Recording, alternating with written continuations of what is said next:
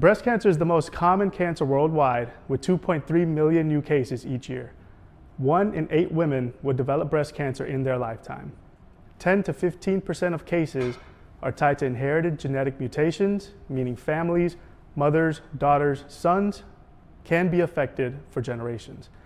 If we can help detect breast cancer even a few months earlier, we can change and save lives.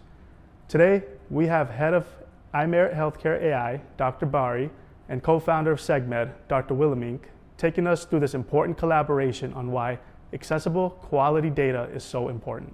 With that being said, Dr. Willemink, would you like to give us your background and why breast cancer and why now? Yeah, first of all, thank you for having me. It's great to be here and talk about this important data set that we're making publicly available. In terms of my background, I'm a physician by training. I have a PhD in medical imaging and worked at Stanford before I co-founded Segmed. Now we co-founded, with my co-founders, we founded Segmed about 6.5, 7 years ago, really solving the problem of bringing imaging data from hospitals to researchers so that it can be used for innovation purposes. Why breast cancer specifically is very important is it's the most common cancer in women globally. So it's definitely a high priority disease to tackle. Especially when we are now really rolling out a lot of screening programs, it's important to be able to make this valid for all patients. And there are some issues when you look at high density breasts when you want to detect breast cancer. So it's definitely important to improve the technology of imaging and then also improve the AI models that actually can work with these more difficult types of organs. And I would just add to that broadly, Martin and I are seeing the real transformative power of AI within healthcare. And so when we think about this collaboration, especially within radiology, we're thinking about what we can do to advance it in an area that touches many of us personally, with friends, with family members. And so it's something that allows us to contribute back to the work that we're doing. Awesome. With that being said, Dr. Bari, what does early detection really mean in human terms? Yeah, that's a good question. So my background is as a plastic and reconstructive surgeon. So I treated many patients in the context of reconstruction.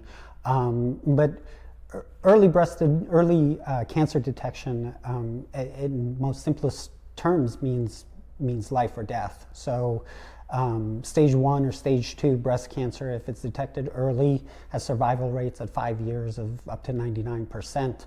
Once you get up to stage 5 advanced metastatic cancer, we're seeing survival rates drop down to 30%. And so early detection is really important.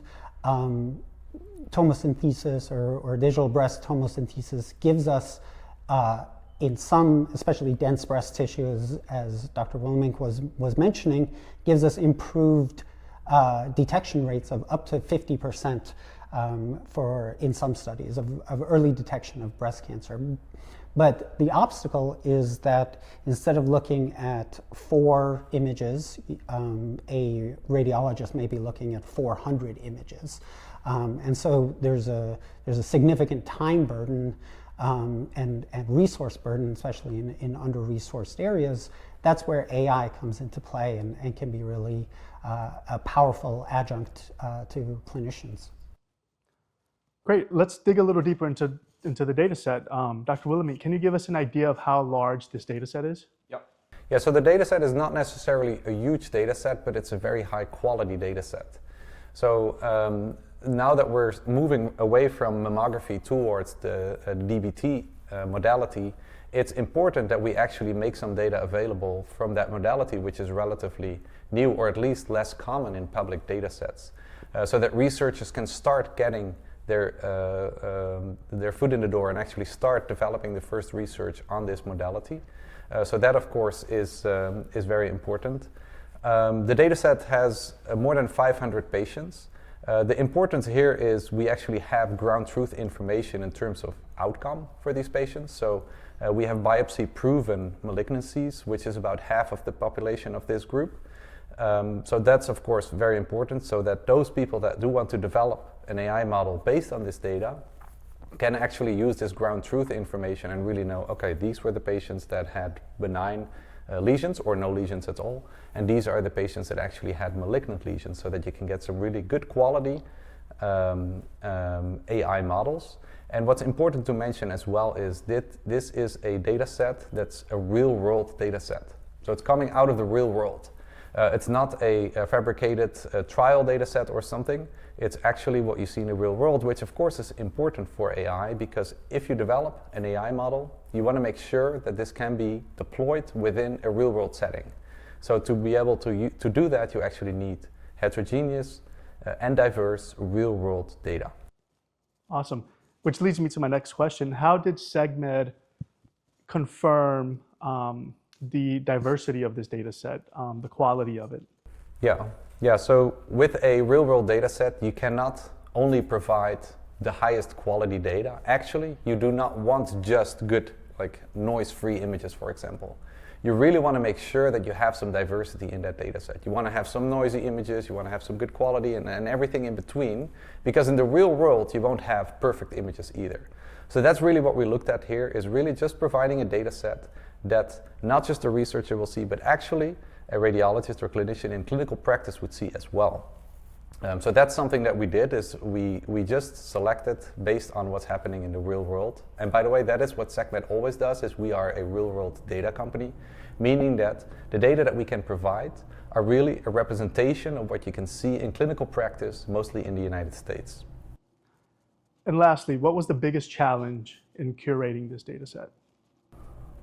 The biggest challenge is to get this ground truth information. So once you have a data set that consists of DICOM files, so the images, and the reports, so the text that describes what's happening on the images, you get a lot of information already, but it's not necessarily a real ground truth whether this patient actually had cancer or not.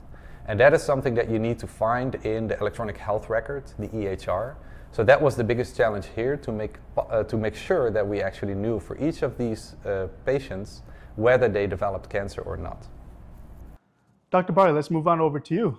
From the tech side, what makes annotating a data set like this so challenging? Yeah, so radiology itself comes with a lot of challenges. It's not just simple pattern recognition. A radiologist has a 3D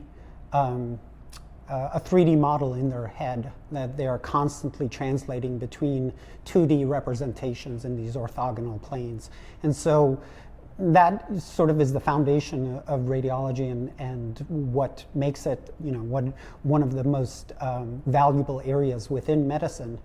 On top of that, breast radiology specifically encounters the problem of having very, very subtle lesions among dense overlapping structures. And so to be able to tease out those lesions is challenging. The radiologist is also faced with the very real repercussions of either undercalling or overcalling lesions. If they undercall, obviously that has the potential to lead to more advanced disease later on.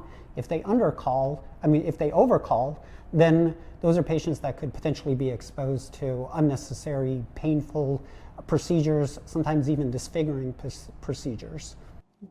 And how exactly did iMerit ensure accuracy of annotating such a complex data set? Yeah, that's a good question. So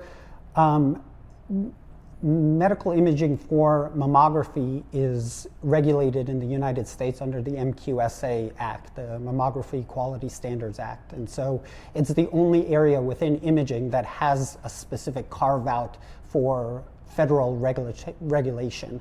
And so we wanted to bring that same level of rigor to our data set. And so we used breast imaging specialist radiologists, as well as multiple levels of QC to try and achieve the clinical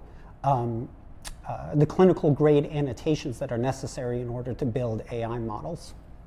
Awesome. So the next question is for the both of you. Why is this collaboration so important in the sense that once it's released to the public, why is it so important for the research community, for the private sector, so on and so forth, a data set like this? Yeah, first I want to say the collaboration between iMerit and Segmed is very important because we both have our expertise area. Segmed is very good at providing real-world, high-quality data. iMerit is very good at providing annotations, expert annotations and labels on top of this data. So combining that is a very strong and good partnership and collaboration. So that's something you need to be able to provide such a high-quality data set. So having said that, the reason why it's important to make something like this publicly available is there is an underrepresentation, if you look at public data sets, for DBT data. Since this is such an upcoming and getting more frequently used modality, it's very important that AI development is not only used on mammography, but actually also on DBT. So making this available is really going to help the research community further. It will be a really good way for early stage researchers, academics, people that really want to get started with AI development. They will have access to this data set and they will be able to play with it and to really start building their first, or maybe not their first, but to build models with it. So that will be really the goal of this data set. And of course, those researchers that want to develop commercial algorithms or go further and actually do clinical applications, they can come to us and we can really provide a larger, more diverse and a bigger data set to these researchers as well. But this first data set is really a good first step into that direction. Yeah, and the data sets that have been available to date have either been small or lacked 3D segmentation. And so adding 3D segmentation as a component to what's publicly available, I think is really important to advancing AI.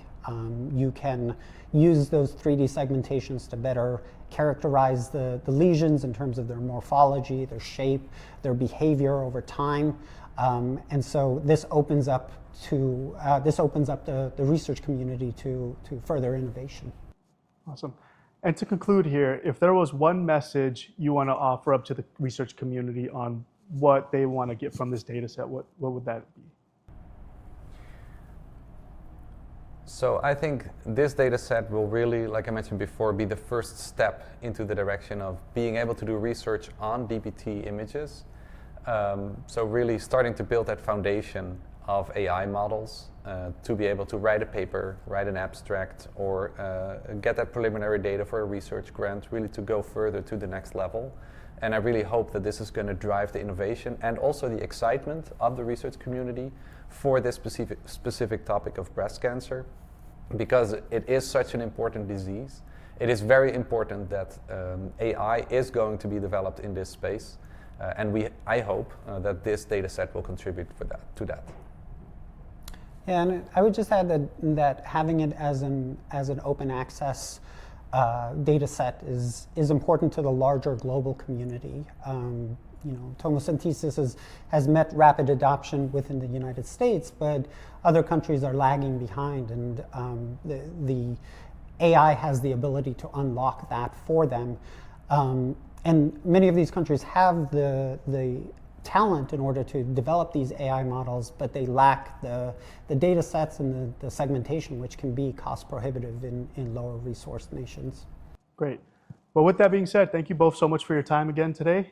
We look forward to the release of this data set.